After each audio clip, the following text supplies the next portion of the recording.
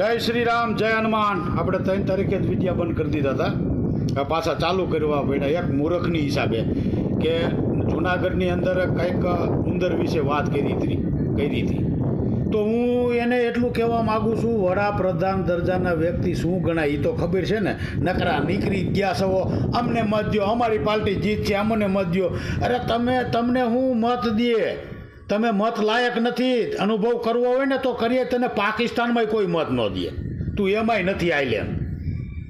અને જ્યાં સુધી નરેન્દ્ર મોદીજી મળદ એ ચૂંટણી લડશે ને ત્યાં સુધી નરેન્દ્ર મોદી જ વડાપ્રધાન બનશે. આ ચેલેન્જ છે.